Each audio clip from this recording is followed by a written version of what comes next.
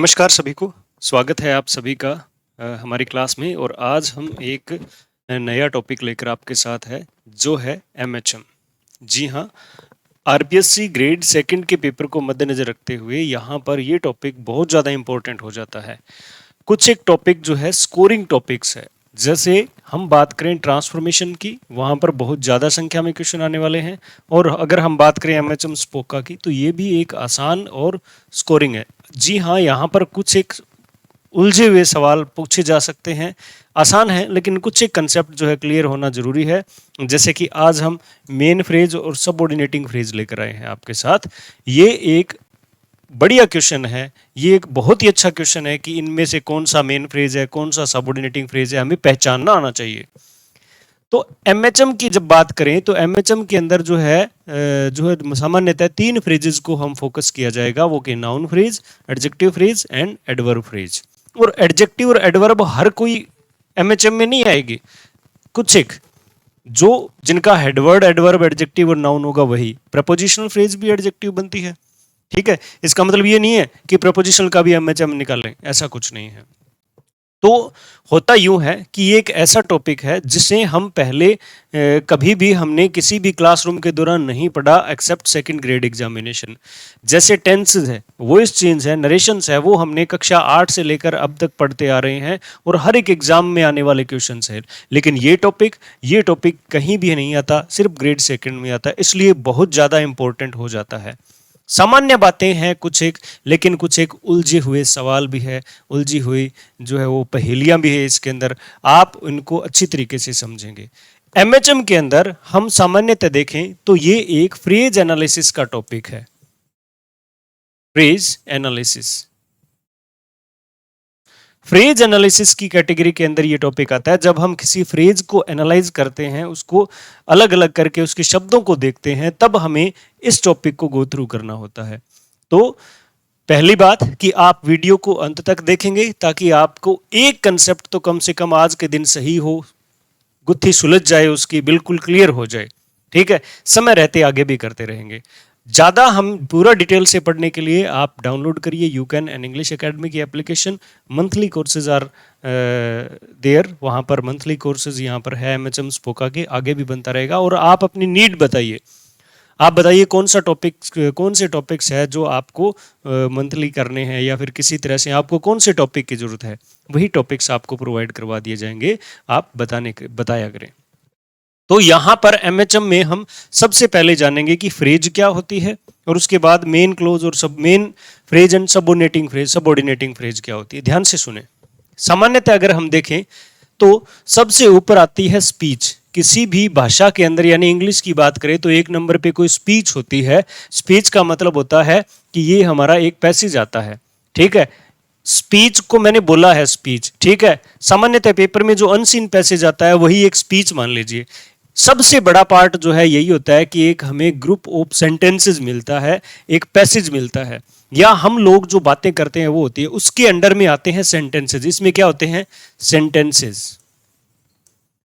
Sentences होते हैं इसके अंदर। अब इसमें जो सेंटेंस हो गए, सेंटेंसेस में क्या देखेंगे हम सेंटेंसेस में देखेंगे क्लोजेस को। क्लोज इसमें मिलेगी, क्या मिलेगी? क्लोज। और क्लोज के बाद हम बात करें क्लोजेस में क्या होती है, उससे छोटा पार्ट क्या होता है? फ्रेज, ठीक है। और फ्रेज के अंदर अगर हम बात करें तो आते हैं वर्ड्स। ये ऐसे चलेगा, ठीक है। सबसे छोटी इकाई जो नहीं मानेंगे वर्ड को, लेकिन हम वर्ड तक ही देखेंगे, यही हमारे काम का है। वर्ड, फिर उससे बड़ा, उनसे वर्ड से मिलकर बने होते हैं फ्रेज। फ्रेजेस किस में पाई जाती है? क्लोजेस में। ऐसा नहीं कहेंगे कि फ्रेजेस से मिलकर बना होता है क्लोज, ऐसे नहीं। फ्रेजेस किसका पार्ट है? क्लोज का है। क्लोज जो है वो किस में होती है? सेंटेंस में होती है। और सेंटेंस किस में होती है? स्पीच में, डिस्कोर्स में, या फिर किसी पैसेज की बात की जा रही है। तो हम ये वाली बात कर रहे हैं। जब हम इन दोनों टर्म्स को देखते हैं तो ये स्पोका के माध्यम से बताया जाएंगे, स्पोका किया जाएगा इनका।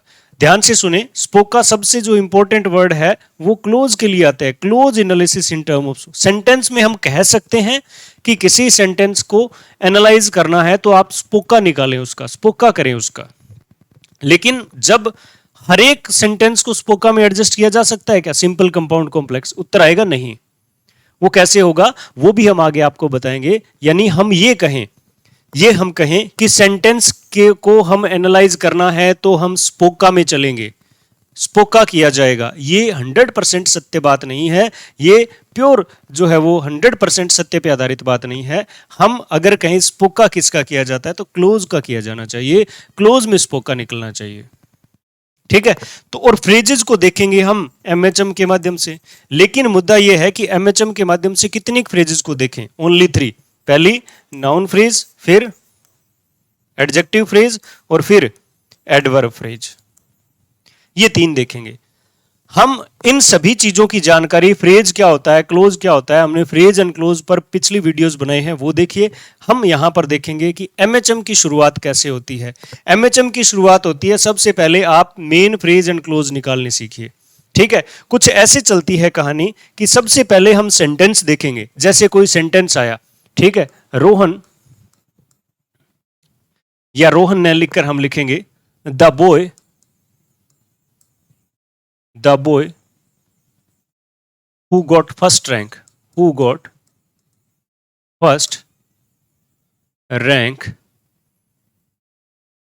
is coming।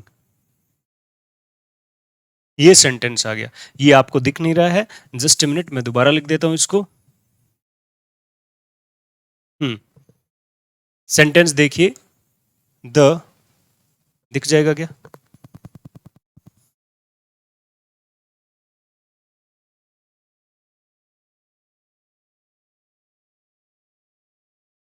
The boy who got first rank is coming।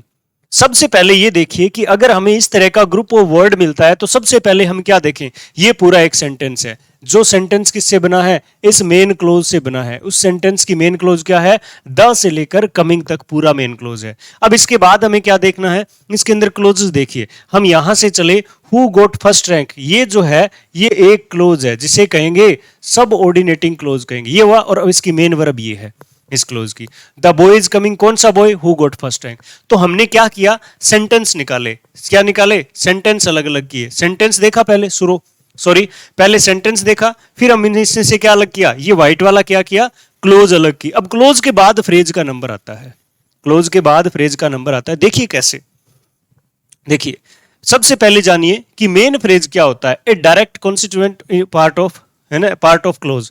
सबसे पहले ये ध्यान में रखें, ठीक है, a direct constituent part of a clause. Clause CLAUSE, clause. Clause का डायरेक्ट जो रिलेटेड है, क्लोज से डायरेक्ट एसोसिएटेड है, वो पार्ट क्या होता है, फ्रेज होता है। यानी मैंने देखा, यानी आपने देखा क्या, सेंटेंस में क्लोज, क्लोज में क्या, फ्रेज। यानी ऐसा ग्रुप ऑफ वर्ड जो डायरेक्टली किससे एसोसिएटेड है, क्लोज से है। ठीक है, डायरेक्टली क्लोज से उसको अलग करें, उस ग्रुप ऑफ वर्ड को क्लोज से अलग करें तो वो क्या बनेगा, फ्रेज बनेगा।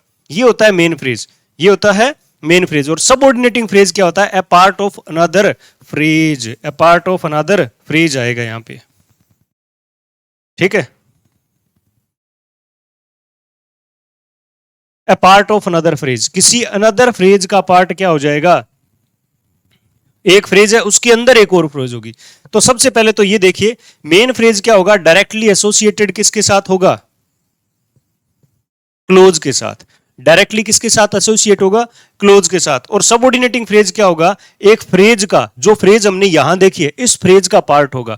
मतलब सबसे पहले एक सेंटेंस होगा, ठीक है, इसके अंदर ये जो क्या हो गई, एक क्लोज होगी। अब इस क्लोज में क्या होगी, एक फ्रेज आएगी। ये लो, मैं यहां पर बना के बता रहा हूं आपको, ये एक फ्रेज होगी। अब इसके अंदर एक और फ्रेज होगी ना, ये क्या होगी, सबऑर्डिनेटिंग फ्रेज। ऐसे चलना है अपने को, और इसी तरह से ब्रैकेट्स का सहारा लेके हम इसको कंप्लीट करेंगे। देखिए कैसे, सबसे पहले देखिए, the notes of an intelligent students are not for sale. कैसे भी लिख दो, कुछ भी लिख दो, सेंटेंस पूरा नहीं है। हमने ये देखा कि आर हमारी वर्ब है, आर क्या है, हमारी वर्ब है। और वर्ब से पहले का पार्ट क्या हो जाता है, वर्ब से पहले का पार्ट क्या हो जाता है, नाउन फ्रेज हो जाता है। क्या हो जाता है, नाउन फ्रेज हो जाता है। ये हमारी यहां तक की क्या है, एक नाउन फ्रेज है। तो हमने क्या है इस सेंटेंस से, इस क्लोज कह लीजिए या सेंटेंस कह लीजिए, वैसे एक सिंपल सेंटेंस क्लोज नहीं बनता, मैंने पहले वीडियोस में बताया है, लेकिन इस पूरे एक सेंटेंस में हमने क्या करा है, एक सबसे पहले ये बॉक्स में बंद किया, ये एक फ्रेज है, तो इसका मतलब ये फ्रेज कैसी हो गई, ये हो गई मेन फ्रेज। अब इसमें हमने क्या करना है, सबऑर्डिनेटिंग फ्रेज करनी है, ठीक है, सबऑर्डिनेटिंग फ्रेज करनी है। तो ये हमने यहां पर थोड़ा सा बाई मिस्टेकन लिख दिया है, मैं आपको अभी इसको सही करके बताता हूं। ये यहां पर ऐसे है, पहले यहां पर ऐसे होगा और फिर ऐसे होगा, ठीक है।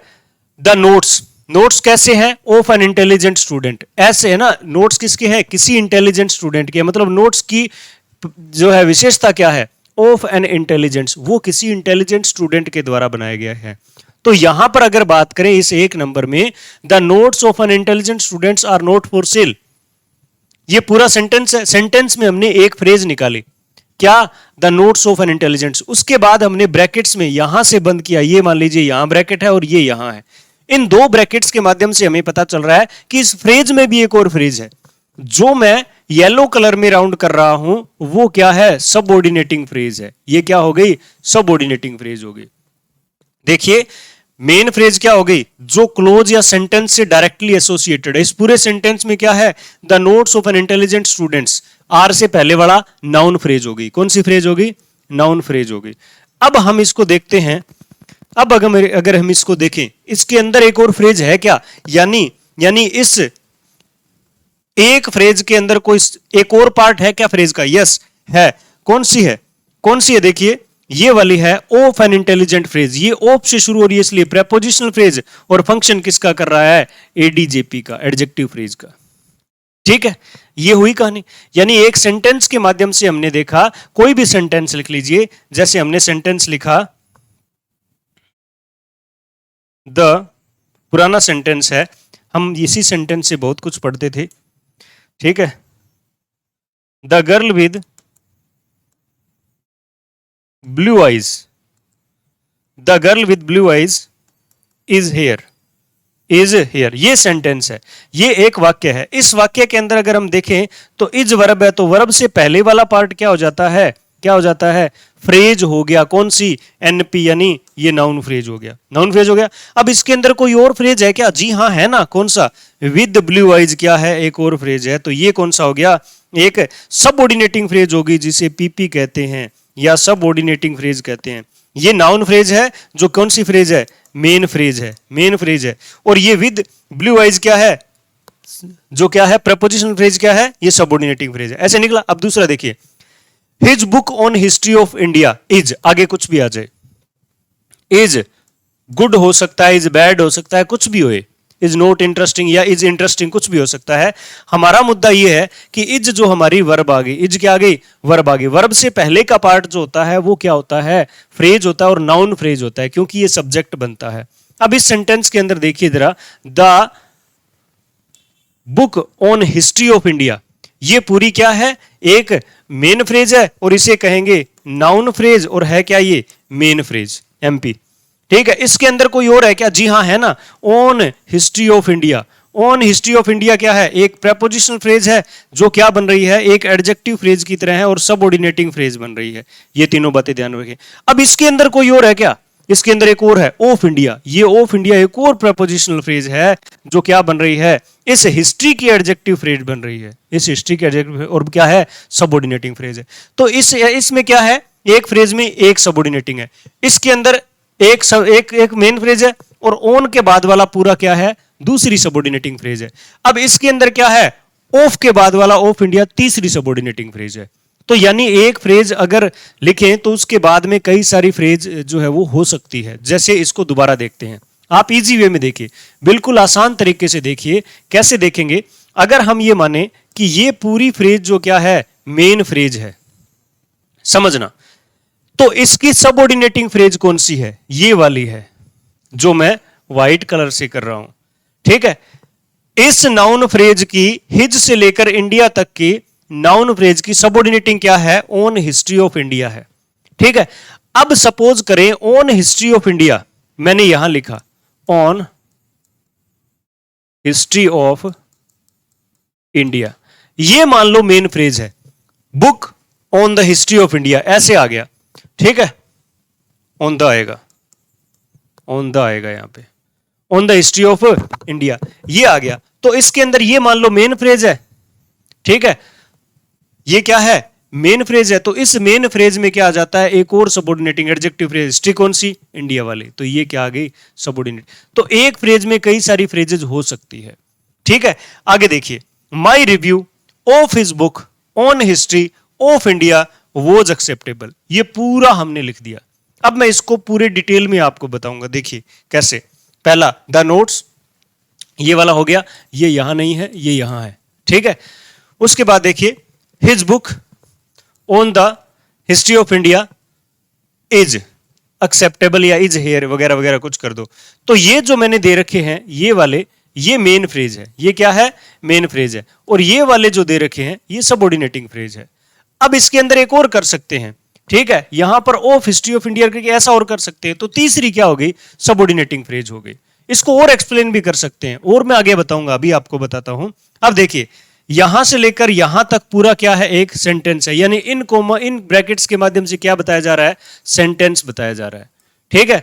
उसके बाद देखिए, my review of his book on history of India, ये यहां तक एक क्या बन रहा है, यानी यहां से लेकर यहां तक क्या बन रहा है, एक मेन फ्रेज बन रहा है। पहले ही हमने क्या कर लिया, मेन फ्रेज। कहां से लेकर, मेन फ्रेज कहां से बना, माई से लेकर कहां तक बना, इंडिया तक, ये क्या हो गया, मेन फ्रेज हो गया। अब इसकी सबऑर्डिनेटिंग फ्रेज देखिए, सबऑर्डिनेटिंग फ्रेज, ठीक है, कहां से बनी, ऑफ से लेकर, ऑफ से लेकर, of his book on history of India, ठीक है, ठीक है। रिव्यू किस पे है, बुक पे, ठीक है, किस बुक पे, हिस्ट्री वाली बुक पे, हिस्ट्री किसकी, इंडिया की, ऐसे चलेगा।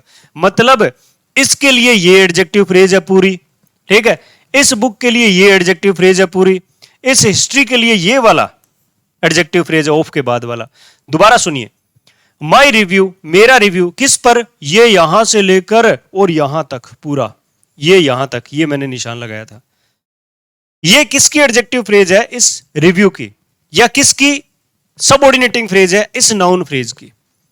रिव्यू के लिए एडजेक्टिव है। अब of his book, of his book में क्या आया, बुक कैसी है, बुक कौन सी है, हिस्ट्री वाली है, पंजाबी वाली नहीं है, संस्कृत वाली नहीं है, इंग्लिश वाली नहीं है, हिस्ट्री वाली। हिस्ट्री कौन सी, ऑफ इंडिया, इंडिया वाली। तो यहां पर पहला क्या हुआ, ऑफ से लेकर इंडिया तक क्या हुआ, सबऑर्डिनेटिंग फ्रेज नंबर 1। दूसरी देखो, ऑन से लेकर, दूसरी कहां तक हो गया, ऑन से लेकर कहां तक हो गया, इंडिया तक, इंडिया तक हो गया। ये चीजें देखते रहिए आप, घर पे इसको लिख लेना आराम से। फिर कहां हो गया, ऑफ से लेकर इंडिया तक, ये देखिए। तो इस सेंटेंस में 3 फ्रेजेस बन रही है, एक तो यहां से लेकर यहां तक हो गई, और ये वाले 3 जो है ना, ये वाले 3 जो है, ये क्या है, जो है सबऑर्डिनेटिंग फ्रेज के बन रहे हैं, सबऑर्डिनेटिंग फ्रेज के बन रहे हैं। अब देखिए जरा, ठीक है, अब देखिए कुछ एक बातें देखिए, कुछ एक बातें ऐसे देखनी है कि मैं एक फ्रेज लिखता हूं, उसके अंदर और बहुत सारी फ्रेजेज हो सकते हैं। मान लीजिए ऐसे सेंटेंस आ जाए, ठीक है, the book on the history of Rajasthan, ये सेंटेंस आ जाए, ये फ्रेज है मान लो। अब ये पूरी मेन फ्रेज है। अब मैं सबऑर्डिनेटिंग फ्रेजेस को इसके नीचे लिखता चला जाऊंगा। अब देखिए कितनी सबऑर्डिनेटिंग फ्रेज है। मैं कलर चेंज करूंगा, इसका मतलब ये वाली है जो क्या है, इसके नीचे मैं व्हाइट से लिखूं तो वो क्या हो जाएगी, सबऑर्डिनेटिंग फ्रेज। ये पहली मेन फ्रेज है, ये पहली क्या है, इन माध्यम से मेन फ्रेज बता रहा हूं। अब बुक कौन सी है, on the history of Rajasthan, मैंने लिखा, ठीक है, on the history of Rajasthan. ये देखिए, ये क्या होगी, व्हाइट कलर वाली क्या होगी, सबऑर्डिनेटिंग फ्रेज होगी। अब इस सबऑर्डिनेटिंग फ्रेज मान लो, ये व्हाइट वाली अगर सबऑर्डिनेटिंग फ्रेज मान ले, सपोज मान ले, तो इसके अंदर और क्या है, इसके अंदर एक और फ्रेज है, यानी ये प्रेपोजिशन से शुरू हो रही है, तो प्रेपोजिशन प्लस में नाउन फ्रेज आता है। क्या आता है ना, पीपी। प्रेपोजिशन फ्रेज की डेफिनेशन क्या है, प्रेपोजिशन प्लस नाउन फ्रेज। तो इसमें से नाउन फ्रेज निकालिए, क्या है, प्रेपोजिशन को छोड़ के क्या हो जाएगा, द हिस्ट्री ऑफ राजस्थान। ये क्या आ गई, इसकी मेन फ्रेज, इसकी सबऑर्डिनेटिंग फ्रेज आ गई, क्योंकि इसमें से एक और फ्रेज निकाल सकते हैं। सुनिए ध्यान से, सबऑर्डिनेटिंग फ्रेज होती क्या है? A part of another phrase, एक फ्रेज से और कुछ भी पार्ट फ्रेज को निकाला जा सकता है, वो होती है। तो देखिए, ऑन पूरे बुक को छोड़ा, द बुक को छोड़ा, एक फ्रेज बच गई, तो ये सबऑर्डिनेटिंग। ऑन को छोड़ा, एक और फ्रेज बच गई, ये क्या होगी? सबऑर्डिनेट। अब इसके अंदर क्या हो जाती है? इसकी एडजेक्टिव फ्रेज क्या हो जाती है? ये वाली, ऑफ राजस्थान। ये क्या हो गई? द हिस्ट्री ऑफ राजस्थान की सबऑर्डिनेटिंग फ्रेज हो गई। ये मानना है, ऐसे नहीं करना बोले ये इसकी, ऐसे ऐसे मानना, मैं अभी बताऊंगा दोबारा। अब इसके अंदर क्या है? प्रपोजिशन प्लस नाउन फ्रेज है, तो यहां पर क्या हो जाएगा? राजस्थान। और इस एक शब्द की कोई सबऑर्डिनेटिंग फ्रेज नहीं है। सुने ध्यान से, ये किसकी ये सबऑर्डिनेटिंग है, तो ये मेन फ्रेज मान लो, इन दो को ग्रुप बना लो एक। यानी एक प्रपोजिशनल फ्रेज में दो फ्रेज होती है। एक लाइन आती है, a prepositional phrase have necessarily a noun phrase. एक प्रपोजिशनल फ्रेज में नेसेसरीली एक नाउन फ्रेज होगी। देखिए, ऑफ राजस्थान एक मेन फ्रेज माने तो राजस्थान इसकी सबऑर्डिनेटिंग फ्रेज हो जाती है, जिसका प्री मॉडिफायर हेडवर्ड जो है वो प्री एंड पोस्ट मॉडिफायर 00 है। अब मान लीजिए ये, इसको मान लीजिए आप सबऑर्डिनेटिंग फ्रेज, तो इसकी मेन फ्रेज क्या? The history of Rajasthan. The history of Rajasthan मान लीजिए सबऑर्डिनेटिंग है, तो इसकी मेन फ्रेज क्या हो जाएगी? On the history of Rajasthan. On the history of Rajasthan subordinating मान लो, तो क्या बन जाएगा? The book on the history of Rajasthan. ये क्या बन जाएगी? सबऑर्डिनेटिंग फ्रेज बन जाएगी। तो ऐसे चले, एक बार ऐसे चले, ये मेन फ्रेज, ये सबऑर्डिनेटिंग। ये अगर इसको मेन फ्रेज माने, इसको मेन फ्रेज माने तो ये सबऑर्डिनेटिंग, इसको मेन फ्रेज माने तो ये सबऑर्डिनेटिंग, इसको मेन फ्रेज माने तो ये सबऑर्डिनेटिंग। फ्रेजेज, एक फ्रेज से दूसरी फ्रेज को अलग करना है, करके देखिए कितनी होती है, और आपको इजी वे में पता चल जाएगा कि सबऑर्डिनेटिंग फ्रेज क्या है। ज्यादा जानकारी के लिए जोफ्री लीच पढ़ सकते हैं, और पढ़ सकते हो तो पढ़ लेना, एक्सप्लेनेशन चाहिए तो join you can, join you can. आप देखिए दोबारा, ये मेन फ्रेज है तो ये सबऑर्डिनेटिंग। अगर किसी सेंटेंस में ये मेन फ्रेज आ गई तो ये सबऑर्डिनेटिंग। अगर किसी सेंटेंस में ये वाली जो सब मेन फ्रेज आ गई तो ये सबऑर्डिनेटिंग। अगर ये मेन फ्रेज आ गई तो ये सबऑर्डिनेटिंग फ्रेज। ऐसे चलेगा ये चक्र, ऐसे चलेगा। चलिए मिलते हैं अगली क्लास में। जुड़े रहिए, बने रहिए, सब्सक्राइब शेयर चलते रहना चाहिए। धन्यवाद।